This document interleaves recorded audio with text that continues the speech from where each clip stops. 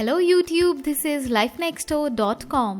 In series में हम pregnancy के 280 दिन यानी 40 हफ्तों को वन बाय वन कवर करेंगे। इस वीडियो सीरीज में आप जानेंगे प्रेगनेंसी सिम्टम्स, आपकी बॉडी में क्या चेंजेस आते हैं, क्या आहार जरूरी है जिससे आपकी और आपकी बेबी की हेल्थ अच्छी रहे। तो चलिए साथ साथ शुरू करते हैं अपनी इस जर्नी को। 5 वीक्स प्रेगनेंसी सिम्टम्स। कई सारी महिलाओं को अपनी प्रेगनेंसी के 5वें वीक में पता चलता है कि वो प्रेग्नेंट हैं। इस टाइम तक आप अपना मेंस्ट्रुअल पीरियड भी मिस कर चुकी होंगी और आपका प्रेगनेंसी टेस्ट भी पॉजिटिव होगा। साथ ही आपको प्रेगनेंसी सिम्टम्स भी फील हो रहे होंगे, जैसे tender breast, cramping, nausea and fatigue. Weight gain at 5th week. इस हफ्ते थोड़ी सी ब्लोटिंग होने की वजह से हल्का सा वेट गेन होने के चांसेस होते हैं। Your baby. 5th वीक में आपके बेबी का साइज एक सीजम सीड जितना होगा। प्रेगनेंसी के 5वें हफ्ते से सिम्टम्स दिखना स्टार्ट हो जाते हैं, इसलिए हम इसे एम्ब्रायोनिक पीरियड कहेंगे। इस टाइम पर बेबी के बॉडी सिस्टम्स और स्ट्रक्चर बनना स्टार्ट हो जाते हैं, जैसे हार्ट, ब्रेन, स्पाइनल कॉर्ड। आपके बेबी की हार्ट बीट इस समय स्टेडी रहती है, पर आने वाले 1 से 2 हफ्तों में ये वजाइनल अल्ट्रासाउंड के थ्रू भी पता नहीं चलता है। प्लेसेंटा भी डेवलप होना शुरू कर देता है। इस स्टेज पर भी आपका बेबी के रूप में नहीं दिखता है। वैसे एम्ब्रायो जल्दी ही ग्रो करता है, पर फिर भी छोटा सा पेन टिप की साइज जितना ही होगा। अमेरिकन प्रेगनेंसी एसोसिएशन के अंदाजे से आपका बेबी 1/10 इंच लंबा होता है। आपकी बॉडी में बहुत सारे बड़े बदलाव आना शुरू हो रहे हैं। प्रेगनेंसी हार्मोन्स तेज गति से उभर रहे हैं और यूट्रस भी ग्रो हो रहा है। वैसे आने वाले कुछ महीनों तक आप प्रेग्नेंट नहीं दिखेंगी, फिर भी इंटरनली आपकी बॉडी में आपको ये सिम्टम्स जरूर दिखेंगे।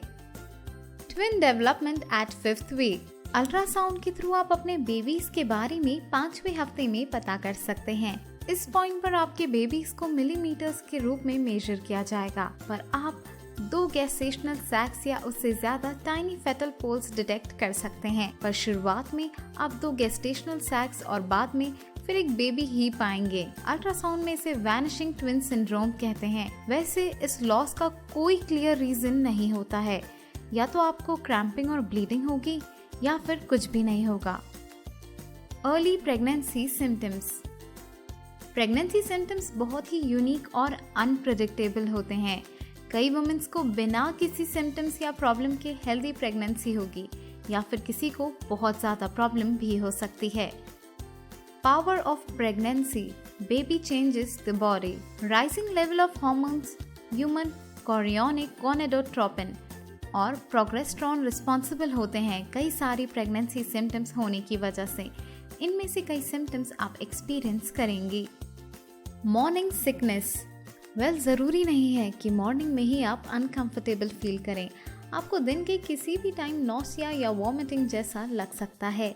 किसी को 6 हफ्तों में फील होता है और किसी को जल्दी ही फील हो जाता है। एक बार में ढेर सारा खाने की जगह आप दिन भर में छोटे छोटे मील्स लीजिए। डॉक्टर को कंसल्ट करें अगर आपका खाना या लिक्विड आपको डाइजेस्ट नहीं हो पा रहा है तो। और ऐसी स्टेट को हम हाइपरमेसिस ग्रेविडेरियम कहते हैं, जो मॉर्निंग सिकनेस का सबसे एक्सट्रीम फॉर्म होता है, और इसके लिए हो सकता है हॉस्पिटल में रहकर आपको क्योर किया जाए।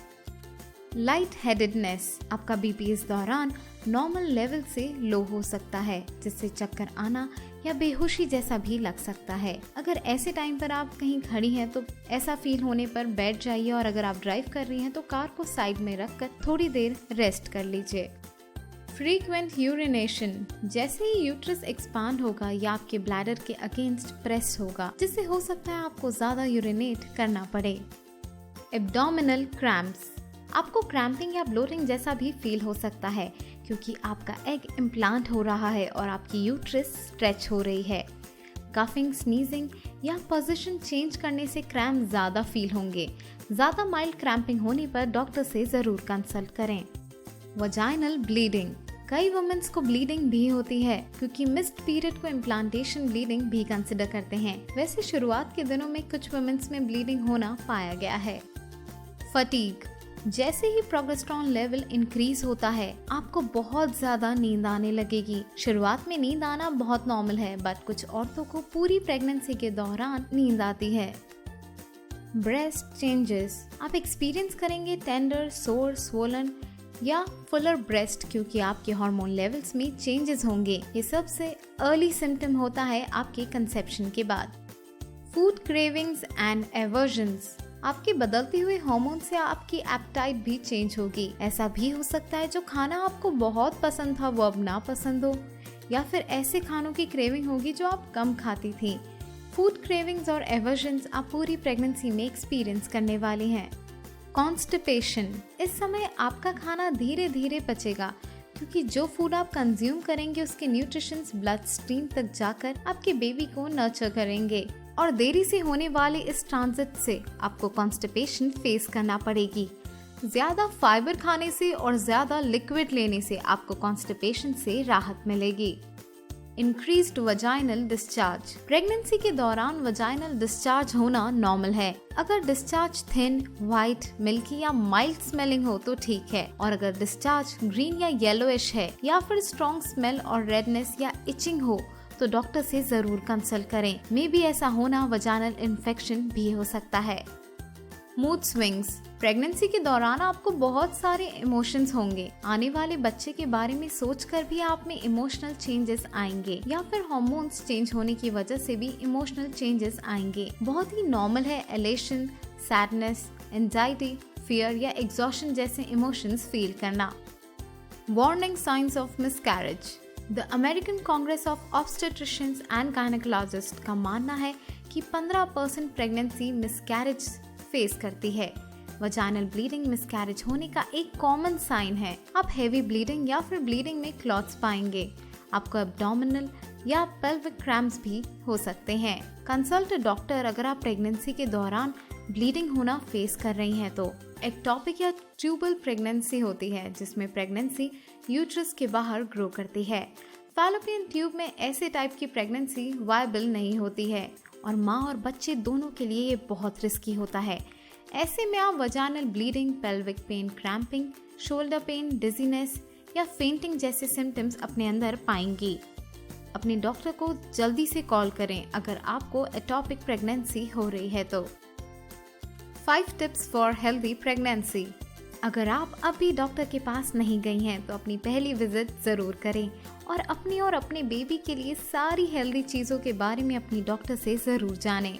आप प्रीनेटल विटामिन्स लें क्योंकि इनमें high level of folic acid होता है जो बर्थ डिफेक्ट्स की रिस्क को ख़त्म करता है।